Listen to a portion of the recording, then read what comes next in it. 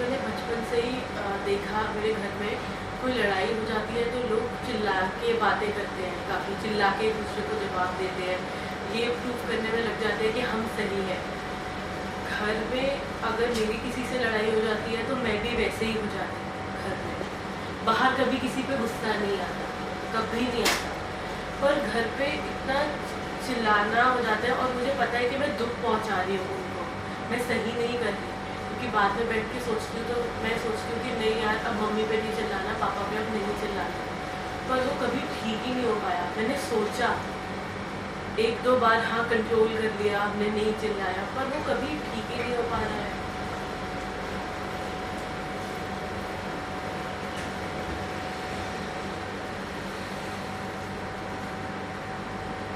जहाँ से शुरू कर रहे हो ना, वो जगह ही ठीक नहीं। बात ये नहीं है कि anger is not wrong, the way we express it is wrong. यहाँ से शुरू करा है तुमने।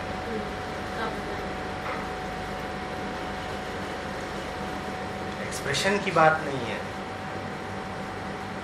बात है कि कौन है जिसे गुस्सा आ रहा है, किस बात पर गुस्सा आ रहा है।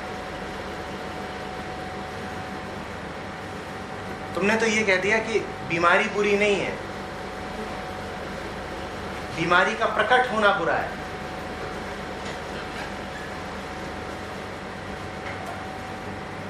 गुस्सा बुरा नहीं है, चिल्लाना बुरा है। ठीक है, चिल्लाएंगे नहीं,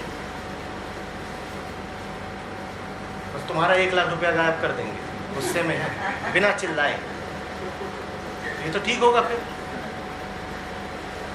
क्यों? उसमें कोई अभद्रता नहीं, बिल्कुल शालीन तरीके से नमस्कार करके।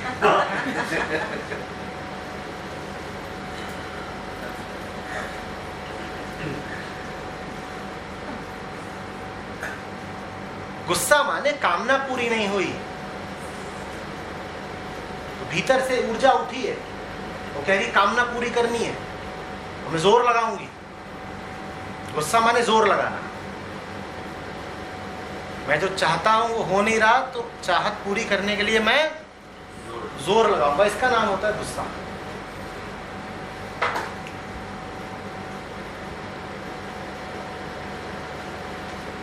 क्या चाह रहे थे?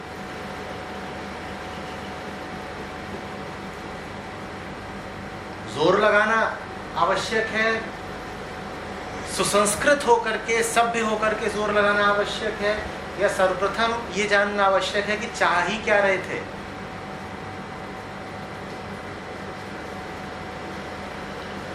घटिया चीज चाहो और शालीन बने रहो, ये बड़ी अच्छी बात हो गई।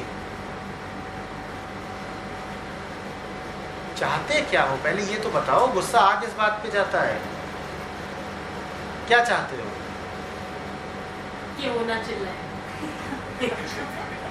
तो वो चिल्लाते हैं और वो चिल्लाते हैं, और वो चिल्लाते हैं तो तुम्हें क्या बुरा लग जाता है? इज्जत नीचे हो गई। नहीं नहीं, कि क्यों चिल्ला रहे हैं, क्यों तमीज से बात नहीं कर सकते? उन्होंने तमीज से बात नहीं की, तुम्हारा क्या बिगड़ गया? अब ऐसे अति हो गई है कि अति की बात नहीं, मैं फिर पूछ रहा हूँ, अति हुई है कि नहीं अति हुई है? कोई चिल्ला रहा है, तुम्हारा क्या बिगड़ गया? जैसे मेरे भाई की शादी होने वाली है, तो वो उसमें बहुत पैसा खर्च करते हैं शो ऑफ करने के लिए। मेरा तुम्हारा क्या बिगड़ गया?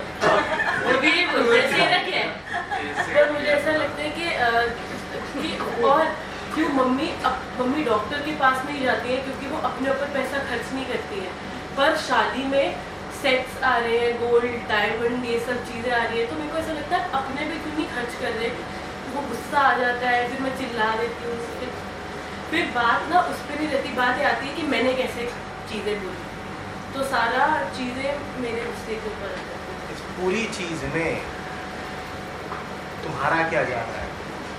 मैं अपनी मम्मी को देखती हूँ कि वो नहीं जा रही है डॉक्टर के पास पैसे बचा के और इन चीज़ों पे पैसे खर्च करके। तुम्हारा क्या जा रहा है?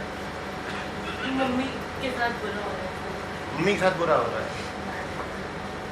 तो तुम चिल्ला के अच्छा कर दोगी? कभी अच्छा ही नहीं कर पाई मैं। सबको दिखता है कि मम्मी काफ़ी सैक्रिफाइस करने जा रही है, पर कोई कुछ कहता ही नहीं है। और मुझे पता है मम्मी को भी वो प्रॉब्लमेटिक लगता ही नहीं है, वो भी डिनाइल में ही है। तो यही सब क्या बताओ। बेटा, अगर आप एक सीमा तक वैसे ही हो जैसे मम्मी है, तो वो आपकी बात नहीं सुनेंगी ना। उनको भी नहीं पता है कि वो सही निर्णय की जगह गलत क्यों कर रही हैं। उन्हें भी यही लगता है कि वो जो कर रही हैं वो तो सही ही है। ठीक वैसे ही जैसे तुम्हें लग रहा है कि मैं जानती हूँ क्या सही है, मम्मी गलत है। मम्मी से आगे पूछो, वो तुम्हारी तरह ही अडिग रहेंगी कि मैं जानती हूँ क्या सही है।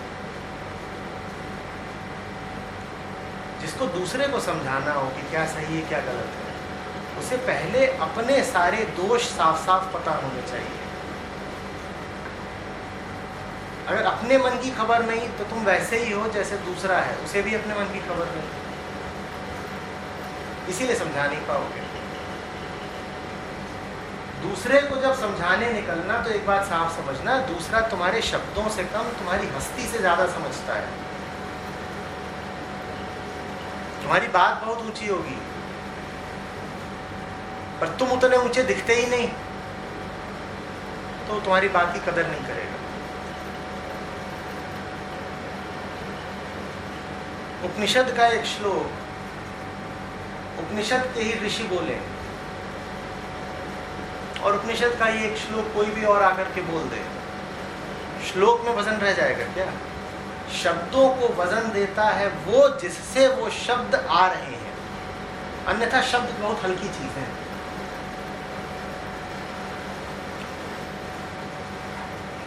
शब्द तो ऐसे ही है, बिल्कुल पंख की तरह हल्के।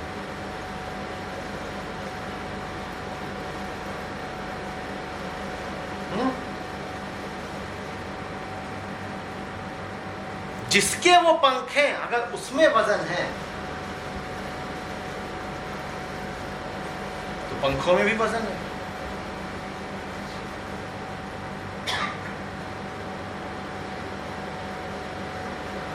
वजन बढ़ाओ।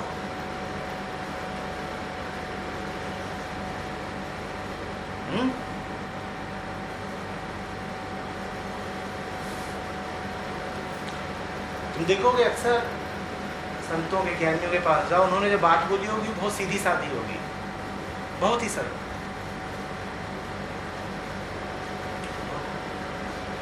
तुम्हें लगेगा ही नहीं कि दूर की बात बोलती है। बड़ा हुआ तो क्या हुआ, जैसे पेड़ संत ने बोली, मगर संत ने बोली किसने है? और ये बात ब्रांडिंग या लेबलिंग की नहीं है, बात उसकी हस्ती की है। वो अगर बोल रहा है तो छोटी से छोटी बात ब्रह्मवाक्य हो जाती है, और अगर छोटा आदमी ब्रह्मवाक्य भी बोल रहा है तुम कहोगे भक्त।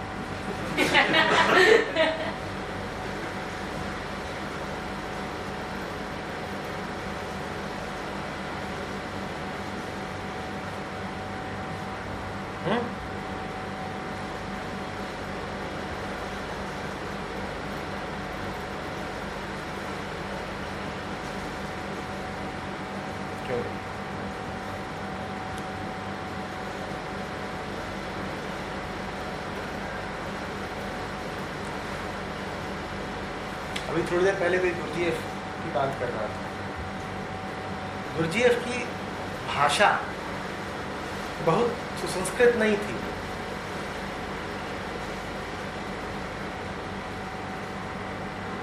गुरुजीएफ भाषा का बहुत विद्वान नहीं, तो इसीलिए गुरुजीएफ के तुम वाक्यों को पढ़ोगे तो वो कई बार तुम्हें उबड़ खाबड़ भी लगेंगे। लेकिन उन्हीं वाक्यों को गुरुजीएफ जब बोलते थे तो उनकी बात और होती थी, उनका दम कुछ और होता था। अब उन्हीं वाक्यों को तुम जब कागज पर पढ़ते हो